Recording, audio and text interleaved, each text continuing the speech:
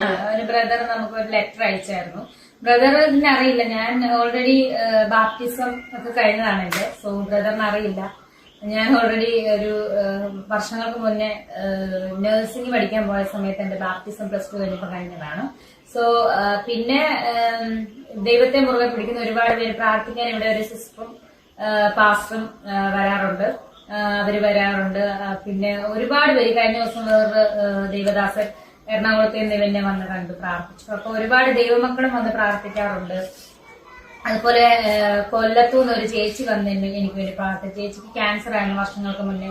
ചേച്ചി ഇപ്പൊ ഓൾറെഡി ചേച്ചിയുടെ മുടി കണ്ടിട്ട് ഞാൻ ഞെട്ടിപ്പോയി. കീമോ കഴിഞ്ഞ് മുടി വെട്ടിയ ചേച്ചിക്ക് ഇപ്പൊ ഇത്രയും മുടിയുണ്ട്. എനിക്ക് ഭയങ്കര ഹാപ്പിയായി. എന്റെ മുടിയുടെ കാര്യം അറിയാലോ, അപ്പൊ കീമോ കഴിഞ്ഞ മുടിയെല്ലാം പോയി, വളരത്തില്ല. പക്ഷെ കീമോ കഴിഞ്ഞ് ഞാൻ മുടിയൊക്കെ വളർന്നിട്ട് ഒരു വരും. അതെ.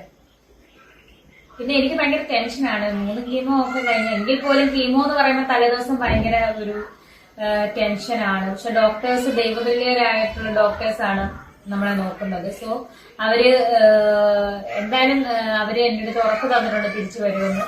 അപ്പം ഞാൻ വളരെയധികം ഹാപ്പിയാണ്. എനിക്ക് എന്റെ മനസ്സിൽ തന്നെ ഉണ്ട് ഞാൻ തിരിച്ചു വരും എന്നുള്ളത്.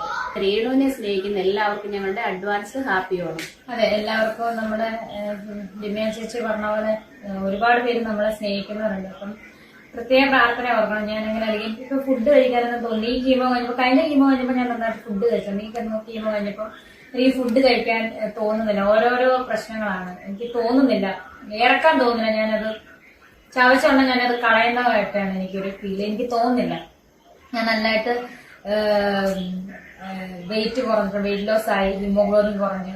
അപ്പം കുറച്ച് പ്രശ്നങ്ങളൊക്കെ ആയിട്ടിരിക്കുകയാണ്. അപ്പം നാളെ ഡോക്ടറെ ഇതെല്ലാം റിസൾട്ട് എല്ലാം കാണിക്കണം. അപ്പൊ നിങ്ങളുടെ എല്ലാവരുടെ പ്രാർത്ഥന, നല്ല ആളുകളുടെ മാത്രം പ്രാർത്ഥന മാത്രം എനിക്ക് മതി. ഞാൻ തിരിച്ചു വരാം. അപ്പം നിങ്ങളെല്ലാവരും പ്രാർത്ഥിക്കുക.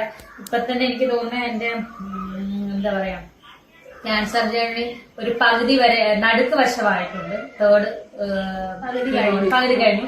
ഇനി ഒരു കുറച്ച് ട്രീറ്റ്മെന്റ്, 3 കീമോ, സർജറി, റേഡിയേഷൻ എത്രയാണെന്ന് അറിയില്ല. അതോടുകൂടി ഞാൻ പഴയതുപോലെ എന്റെ ഷൂട്ടും കാര്യങ്ങളും ഒക്കെ ആയിട്ട് തിരിച്ച് ഞാൻ വന്നിരിക്കും.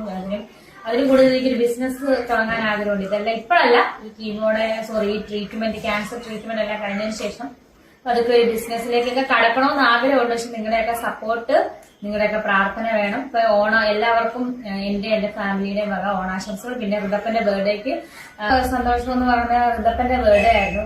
അപ്പം എന്റെ സുഹൃത്തുക്കളും സഹോദരങ്ങളുമായ ഒന്നിയിലും അഭിശ്രീയും സാബുമാനും അപ്രത്യക്ഷമായിട്ടാണ് വന്നത്. എന്നെ കാണാനാണ്. പക്ഷെ ഋതപ്പന്റെ ബർത്ത്ഡേ ആണെന്ന് അറിയത്തില്ല. എന്തെങ്കിലും